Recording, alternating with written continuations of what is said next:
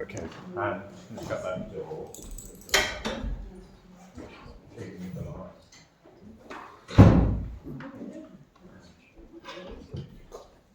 I thought today I'd have do a little bit of ink work. So it's really just going to be pens, which is really inspired by Kay and what Kay is with hers. So looking at these Van Gogh drawings. So last week, I'll show you. I did a little bit more on the demo last week. So remember I started that one, which was so that was inspired by that little picture of South Church Park, but using the Van Gogh style, trying to reference Van Gogh with that. So looking at the kind of marks he made, and I've gone a bit improvised with the colours because I just fancy putting some pinks and lilacs in there and bringing them through here. So it's not entirely Van Gogh. Also made me, I might have said some of this yesterday, but it just reminded me very much of the way David Hockney paints. So I mean, I've always been a fan of Hockney, and this is one of the very early paintings that when I was young, I like those sort of naturalistic paintings. But he's worked in all sorts of styles, and he's been influenced by all sorts of artists, and I can definitely see Van Gogh in his work. So he came to mind. I'll put this back up here. And particularly with the sketches and the drawings, and I was thinking that these sort of Van Gogh drawings,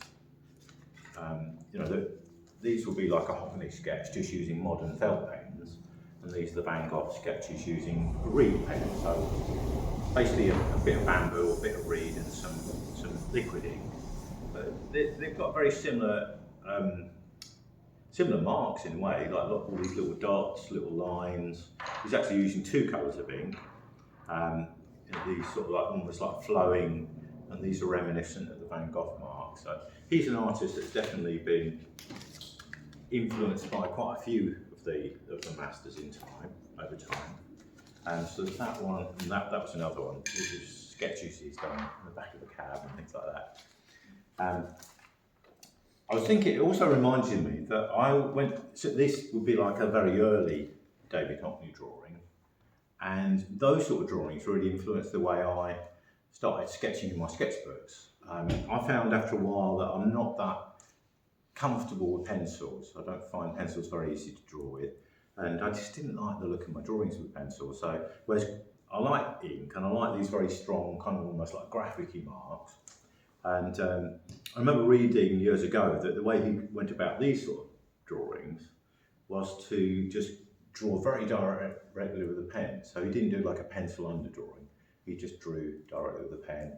And then if you make mistakes, you make mistakes. I was going to say, you The can't pressure. So yeah, high pressure drawing, particularly something like that. Not that brain. But it kind of really forces you to concentrate.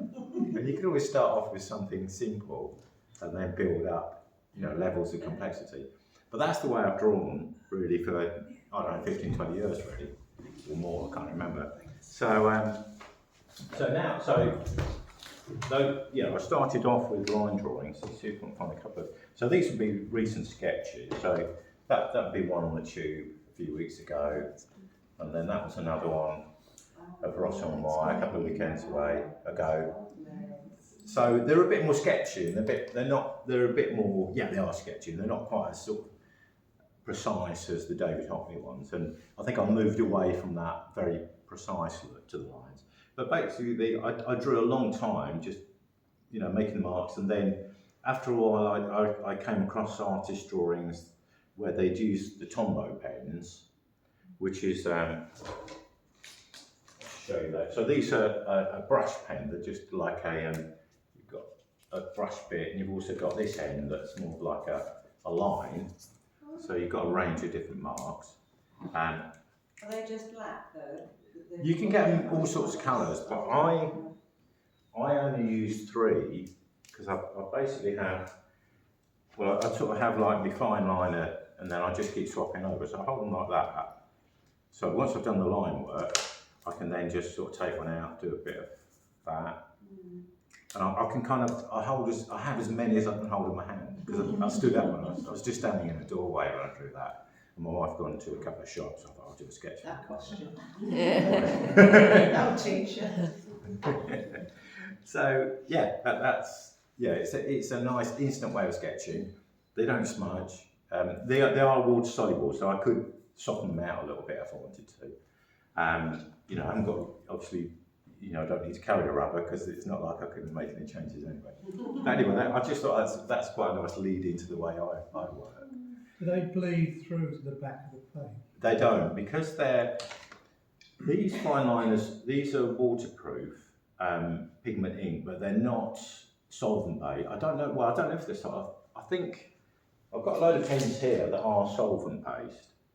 So something like the Sharpie pens, I think that's a Sharpie, or something very like a permanent marker. You know, if I leave, that will bleed through, and it will leave little dots of ink. You know, if I leave my pen on the page. But they're like a waterproof pigment ink. So once I put that line down, it doesn't leave dots either end, but that will dry. As soon as the ink's dry, that will dry and that'll be permanent. So I can then put watercolour over the top of that, or these pens can go over the top, and they won't, you know, that won't bleed. These are water soluble, so if I just kind of spit on that or put some water on that, that will soften out. Or I can get a brush and some water or brush pen and just soften those marks out for it. I also find with these that I can, to an extent, blend the colours into each other. So I can go from a lighter grey slightly into, you know, or slightly blend sometimes. But as I say, I go very light, so I do that one first. Then, sorry, not that one. That one's the mid grey, and then occasionally, I don't use this much, but occasionally I'll go really dark, because that goes very dark. But that's actually supposed to be a grey, but to me that's almost black. But I find that that's quite a nice, you know, range of tones to work. So yeah, that's basically my sketch. And then occasionally, well, I also then developed it. I started using these pads. That was a sketch of my son in the shed. In this case, nowadays sometimes I just use the brush pens. I don't use the outline.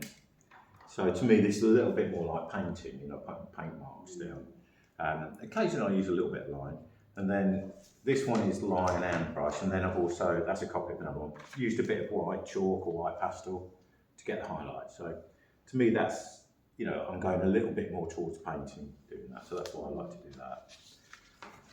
So so that's a few little bits on sketching and drawing, really, drawing with pens, and you know how it can evolve. I was thinking this is quite nice. So in the way that I did this as an interpretation of Van Gogh, one or two of the students in this Tuesday class did the same sort of thing with this, really, which was quite a nice idea. They had, you know, a photo of, you know, they like one student had a photo of a back garden, and then was using this as the reference for the sort of marks you could make. And they're not really tonal marks. They're almost like little signs or little symbols for textures, really. I suppose the more you put down, the denser the tone becomes, but they're more to do with shapes and textures than anything else.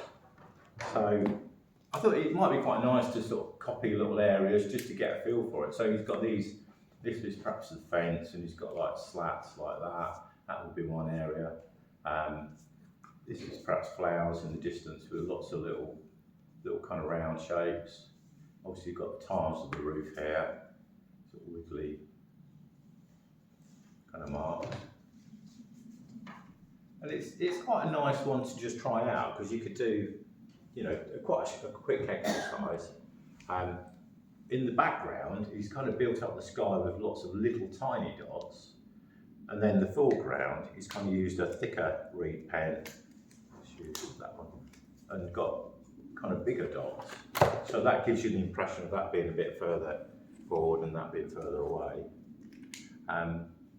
So actually just copying small areas, you just start to see the variety and the you know, the imagination, the scale of the different sort of ways of trying to suggest something, but just using lines, just using a pen rather than tone. It's just using a line. So that might be quite a nice exercise, maybe a little bit of copying, but then maybe try and interpret that and use some of those ideas in an image that you'd like to draw yourself. How long would you find those Tombow pens last? Because I find them dry up very quickly. Yeah, not massive. I suppose it's difficult to say really. They're quite expensive. Sorry? Probably because I lose the tops. Yeah, that's quite key. Keeping the tops on. I don't know. I can't really say. Probably a few months, but it depends how much drawing you do, and you know, and also if you're doing shading in big areas, you're going to get through them quicker. If it's just little bits, I think some papers like this cartridge paper is less absorbent than this is really. I think these are really intended as a scrapbook. Really, they're really rough old paper, but I rather like the look of them. Really, I like the feel of them. And working onto a toned paper gives it a new dimension on its own, really. I don't know. The other thing that I find is that after a while the tips go woolly. So whereas this I think this is a new one. Yeah, it's quite nice, sharp, you know, clear lines or clear marks. After a while, it's just like a kind of fuzzy blob, really. So they are quite expensive. There are some sort of I think the Works might have their version of them. I don't know how good they are. I have tried a few other brands, but some other brands are solvent based, so I don't like that so much because the ink seeps into the paper and goes right through. Yeah, and I like these because you can soften them out with a little bit of water as well. Yeah, they are quite expensive, but you know, I enjoy my drawing, so it's worth. You know, so that's sort of probably about 10 quid or something like that. It might be even more. I get them off. I think I get them on Jackson's. They were about that price. They're probably more expensive in the shops. How much are they, Jackson's? I think they were about £3.50 each, something like that. Oh, that's not Yeah, there might be more like 4. I can't. You know, it's a little while since I bought them. Yeah. Okay. Yep. Right. Good. Right. Let's crack on. Oops. I'm going that way.